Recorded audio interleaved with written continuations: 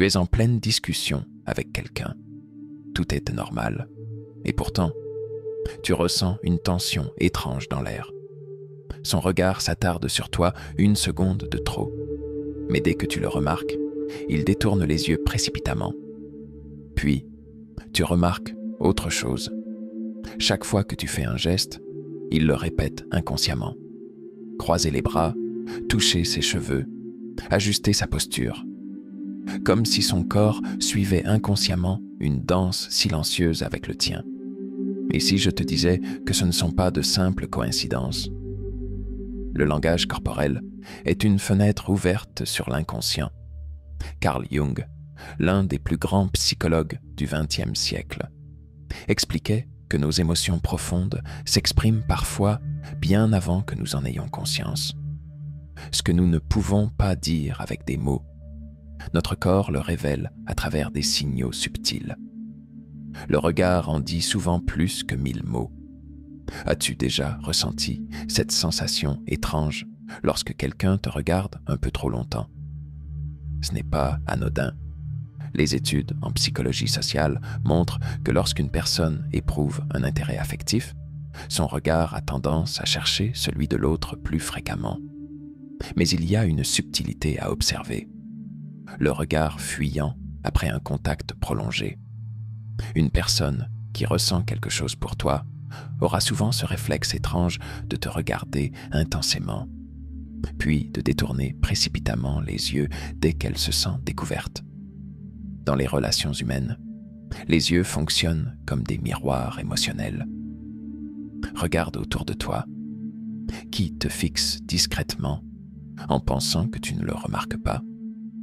As-tu déjà remarqué que lorsque tu es proche de quelqu'un que tu apprécies, sans même t'en rendre compte, tu adoptes ses gestes? C'est ce qu'on appelle le mirroring, ou l'effet de mimétisme inconscient. Une personne attirée par toi va, inconsciemment, reproduire tes mouvements. Si tu croises les bras, elle croise les bras. Si tu prends une gorgée de ta boisson, elle le fait juste après. Ce phénomène est profondément ancré en nous, car il vient de notre instinct social. Nous avons tendance à imiter ceux avec qui nous nous sentons connectés. Une expérience menée par le psychologue John Bargh a montré que les individus qui imitent inconsciemment le langage corporel de leur interlocuteur sont perçus comme plus proches et plus attirants. Alors, si quelqu'un dans ton entourage adopte inconsciemment tes gestes, il y a de grandes chances qu'une connexion spéciale existe entre vous. Un autre signe subtil, mais puissant, l'orientation du corps. Lorsque nous sommes en présence de quelqu'un qui nous attire, notre corps a un réflexe naturel. Il se tourne inconsciemment vers cette personne, même sans interaction directe.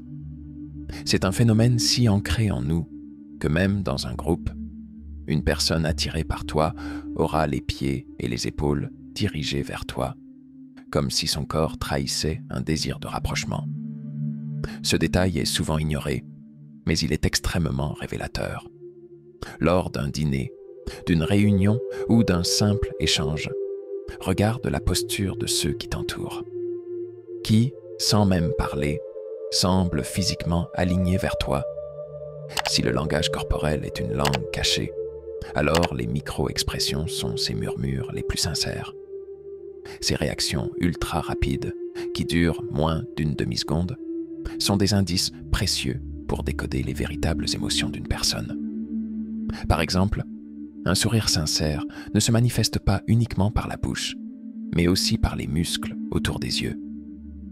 Une personne amoureuse, même si elle tente de cacher ses sentiments, affichera inconsciemment de petits signes tels que un léger sourire incontrôlé en te voyant, une pupille dilatée, signe d'attirance, un froncement de sourcils subtil lorsqu'un rival entre en scène. Ces signes sont imperceptibles à première vue, mais une fois que tu commences à les observer, ils deviennent évidents. Comment différencier un simple intérêt amical d'un amour caché? La clé, c'est la répétition des signaux. Un seul regard furtif ou un mimétisme isolé ne signifie pas forcément quelque chose. Mais lorsque ces indices se multiplient, qu'ils deviennent une sorte de schéma récurrent, alors il y a de fortes chances que quelque chose se cache derrière. Demande-toi, cette personne cherche-t-elle souvent mon regard, mais détourne-t-elle les yeux rapidement? Reproduit-elle inconsciemment mes gestes et ma posture? Son corps s'oriente-t-il vers moi, même dans des situations de groupe? Ces micro-expressions révèlent-elles des émotions cachées? Si plusieurs de ces signes sont présents, alors il est probable que cette personne ressente quelque chose de plus profond, même si elle ne l'exprime pas verbalement. As-tu déjà entendu quelqu'un dire quelque chose de bizarre, un lapsus qui n'a aucun sens, sur le moment, une phrase maladroite, une erreur de langage, un mot qui semble avoir glissé tout seul? Imagine ceci. Tu es en pleine conversation avec un ami. Il te regarde un instant trop longtemps, puis lâche, presque distraitement. Tu sais, je t'aime bien. Enfin, je veux dire, je t'apprécie beaucoup. Un sourire nerveux s'affiche sur son visage. Ses joues rougissent légèrement. Il tente de se rattraper, de transformer l'instant en blague. Mais toi, tu as déjà capté quelque chose d'étrange. Pourquoi ce lapsus? Pourquoi cette hésitation? Ce n'est pas anodin. Freud appelait cela les actes manqués. Ces erreurs involontaires qui révèlent les pensées cachées de l'inconscient. Mais Carl Jung, lui, allait encore plus loin. Pour lui, ce n'était pas simplement un hasard. Ces accidents étaient en réalité des fenêtres ouvertes sur ce que nous ressentons vraiment, sans oser l'admettre. Alors, si quelqu'un autour de toi accumule ces petits accidents en ta présence, il est peut-être en train de te dire quelque chose, sans même s'en rendre compte. Quand les mots dépassent la pensée, certains lapsus sont si évidents qu'on ne peut pas les ignorer. Un homme raconte: je discutais avec une collègue qui me plaisait depuis longtemps. En plein milieu de la conversation, alors que nous parlions de notre travail, j'ai dit: oui, j'aimerais bien que l'on sorte ensemble. Que l'on sorte de ce projet plus vite. Elle a ri, mais moi, j'ai senti que mon cerveau venait de me trahir. Ces petites erreurs ne sont pas juste des fautes de langage. Ce sont des fuites de l'inconscient. Une personne qui t'appelle par un surnom affectueux sans raison. Quelqu'un qui mélange ses mots et glisse un mot qui n'a rien à voir avec la conversation, mais qui a du sens émotionnellement. Une phrase comme « je pensais à toi », alors qu'elle voulait dire autre chose. Ce sont des indices que l'inconscient essaye d'envoyer à la surface. Mais il n'y a pas que les mots, les petits gestes involontaires, quand le corps agit sans réfléchir. Un acte manqué ne se limite pas au langage. Jung expliquait que nos actions pouvaient aussi nous trahir. Une personne qui touche ton bras en parlant, puis retire sa main aussitôt, gênée. Quelqu'un qui commence à écrire ton prénom dans un message, puis efface. Une personne qui parle souvent de toi aux autres, sans raison apparente. Tous ces signes sont le reflet d'un conflit intérieur entre ce que l'on ressent et ce que l'on veut cacher. Si quelqu'un autour de toi agit de cette façon, cela peut être un indice fort. Le comportement maladroit, l'indice ultime. Tu as sûrement remarqué que certaines personnes deviennent bizarres en présence de ceux qui leur plaisent. Ils deviennent maladroits, font tomber des objets, perdent leurs mots. Leur attitude change du tout au tout. Plus sérieux, plus timide, plus nerveux. Ils se rattrapent souvent sur leurs phrases, comme s'ils voulaient en cacher quelque chose. Le célèbre psychologue Paul Ekman, spécialiste du langage corporel, explique que les émotions refoulées créent souvent des comportements maladroits ou nerveux.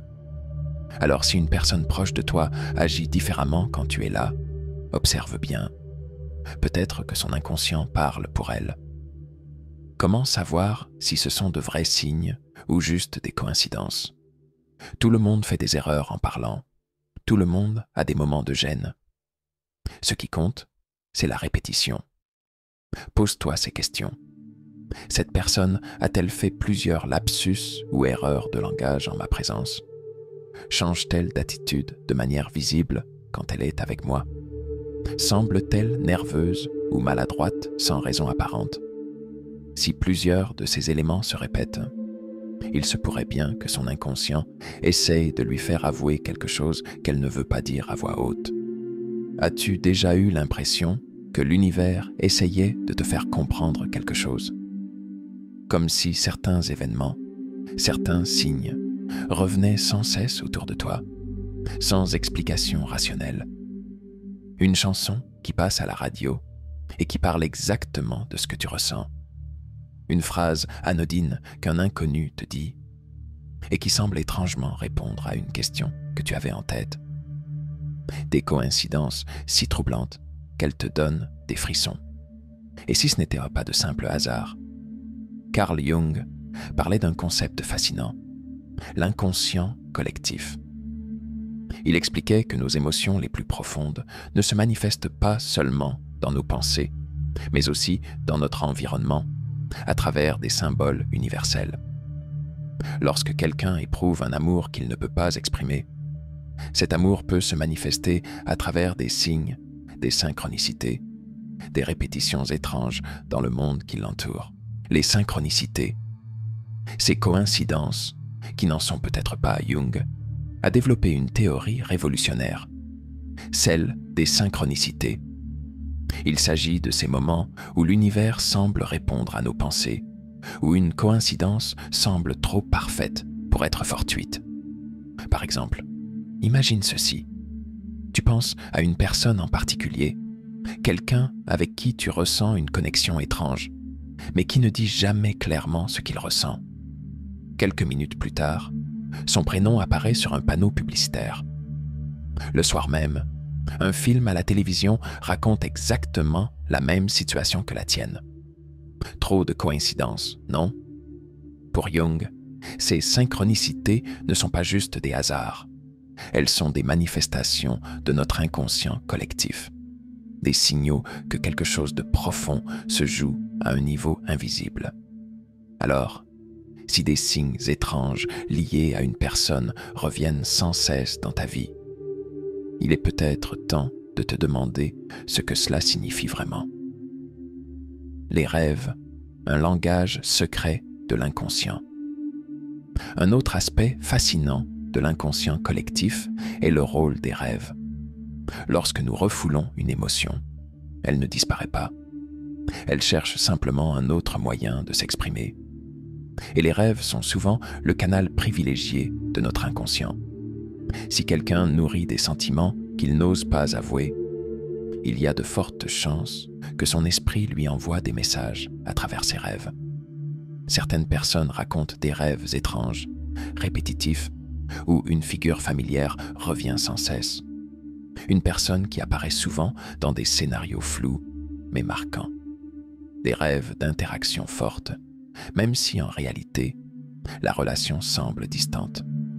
Des symboles puissants comme une porte qui s'ouvre, une main tendue, un regard intense. L'esprit parle en images. Et lorsqu'un sentiment est trop fort pour être exprimé, il trouve toujours un chemin pour se révéler. Les symboles cachés dans la réalité, l'inconscient collectif au quotidien. Notre cerveau est une machine à créer du sens.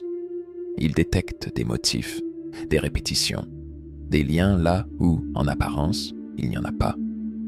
Jung expliquait que certaines figures archétypales sont présentes dans toutes les cultures et qu'elles se manifestent souvent lorsqu'une émotion puissante est refoulée. Par exemple, le chat noir qui traverse ton chemin, symbole de mystère et d'inconnu. Peut-être que cette personne cache quelque chose. Le papillon qui te suit lors d'une promenade, symbole de transformation. Quelqu'un est peut-être en train d'évoluer intérieurement à ton sujet. Les nombres répétitifs, 11-11, 22-22, souvent perçus comme des messages de l'univers sur un lien spécial entre deux personnes. Si tu prêtes attention à ces petits détails dans ta vie, tu pourrais découvrir que certaines choses ne sont pas des hasards. L'inconscient trouve toujours un moyen de s'exprimer. Quand les signes deviennent trop nombreux pour être ignorés, alors, comment savoir si ces synchronicités et ces symboles sont liés à un amour caché? Pose-toi ces questions. Cette personne revient-elle régulièrement dans mes pensées sans raison apparente? Ai-je remarqué des coïncidences étranges liées à elle? Mes rêves ou mon intuition me disent-ils quelque chose que je n'ose pas voir en face? L'amour non déclaré ne se manifeste pas toujours par des mots ou des gestes. Parfois, il se reflète dans les signes que l'univers place sur notre chemin. Imagine que tu sois dans une pièce remplie de monde. Les conversations s'entremêlent, les rires fusent. Mais toi, tu remarques une chose. Cette personne, elle est là, assise un peu plus loin. Et pourtant, il y a quelque chose. Elle te regarde, détourne le regard, puis recommence. Ses doigts jouent nerveusement avec un stylo, une mèche de cheveux. Son corps semble légèrement tourné vers toi, même si elle parle à quelqu'un d'autre. Tu as déjà ressenti cette sensation? Cette impression étrange que, sans un mot, une personne trahit quelque chose d'indicible. Ce n'est pas une illusion, c'est du langage corporel. Carl Jung et d'autres psychologues ont démontré que notre corps exprime toujours ce que notre esprit tente de cacher. Si quelqu'un ressent quelque chose pour toi sans oser l'avouer, son propre corps pourrait être en train de le trahir. Les micro-expressions, ces éclairs furtifs d'émotion. On pense souvent qu'il faut écouter quelqu'un pour comprendre ce qu'il ressent. Mais la vérité, c'est que le visage parle avant même que les mots ne sortent. Le célèbre psychologue Paul Ekman a démontré qu'il existe des micro-expressions, des mouvements involontaires du visage qui révèlent les émotions les plus profondes, même lorsqu'on essaie de les cacher. Ces expressions ne durent qu'une fraction de seconde, mais elles sont révélatrices. Un sourire furtif qui disparaît trop vite. Une lèvre mordillée discrètement. Les pupilles qui se dilatent en te regardant. Toutes ces réactions sont hors de notre contrôle. Si quelqu'un ressent quelque chose de fort pour toi, mais qu'il essaie de le réprimer, son visage enverra malgré tout ces signaux subtils. Le corps ne ment jamais, les gestes révélateurs. Si quelqu'un t'aime en secret, son corps tout entier peut trahir ses pensées. Voici quelques gestes inconscients à observer. L'orientation du corps. Une personne tournée vers toi, même légèrement, est instinctivement attirée par ta présence. Le mirroring. Si elle imite inconsciemment tes gestes, croiser les bras après toi, toucher son visage après toi, c'est un signe puissant d'intérêt. La proximité. Se tenir plus près que nécessaire, sans raison évidente, est souvent un signe inconscient d'attachement. Un exemple concret. Un jour, un homme raconte qu'il était à une soirée avec une amie. Elle disait qu'elle n'était pas intéressée par lui, mais à chaque fois qu'il riait, elle riait aussi. Quand il prenait son verre, elle faisait pareil. Lorsqu'il s'est éloigné, elle s'est instinctivement avancée vers lui. Son langage corporel la trahissait totalement. Nous sommes des créatures d'habitude. Si une personne se synchronise inconsciemment avec toi, c'est que son inconscient l'attire vers toi. Les signaux paradoxaux. Quand l'amour caché crée de la distance, le langage corporel peut aussi être contradictoire. Quand une personne ressent une émotion forte, mais qu'elle veut la cacher, son comportement peut devenir étrange. Elle t'évite, mais reste toujours proche dans les lieux publics. Elle semble froide, mais ses pieds restent orientés vers toi. Elle joue avec des objets nerveusement en ta présence, mais tente de garder un visage impassible. Pourquoi cette contradiction? Parce que l'amour non déclaré crée une tension intérieure. Une partie d'elle veut se rapprocher, une autre veut se protéger. Ce combat intérieur se reflète dans son corps. Le regard, l'arme la plus puissante. On dit souvent que les yeux sont le miroir de l'âme. Si quelqu'un t'aime sans te le dire, son regard ne pourra pas le cacher longtemps. Les regards prolongés. Si une personne te regarde plus longtemps que la normale avant de détourner les yeux, c'est un signe clair d'émotion forte. Le regard en coin. Si elle t'observe discrètement lorsque tu ne regardes pas, cela montre qu'elle lutte contre ses sentiments. Les clignements fréquents. Un signe d'excitation ou de stress émotionnel en ta présence. Carl Jung expliquait que l'inconscient guide souvent notre regard vers ce qui nous obsède. Si tu surprises quelqu'un à te regarder souvent, il y a de fortes chances que son inconscient ait déjà pris la décision que son esprit refuse encore d'admettre. Comment interpréter ces signes? Un seul signe isolé peut être accidentel, mais plusieurs indices qui se répètent. C'est une toute autre histoire. Si tu remarques qu'une personne présente plusieurs de ces comportements en ta présence, alors il est fort probable que son inconscient soit en train d'exprimer ce qu'elle n'ose pas dire.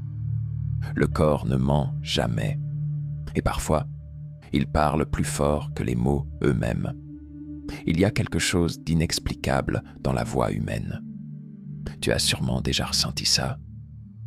Quelqu'un te parle, et pourtant, ce n'est pas seulement ce qu'il dit qui te marque. C'est comment il le dit. Un ton légèrement plus doux, un rythme plus lent, une voix qui tremble imperceptiblement. Le langage corporel peut trahir les sentiments cachés, mais la voix est une confession involontaire. Elle révèle ce que l'esprit veut cacher. Carl Jung nous apprend que les émotions refoulées ne disparaissent jamais totalement. Elles trouvent des moyens subtils de s'exprimer.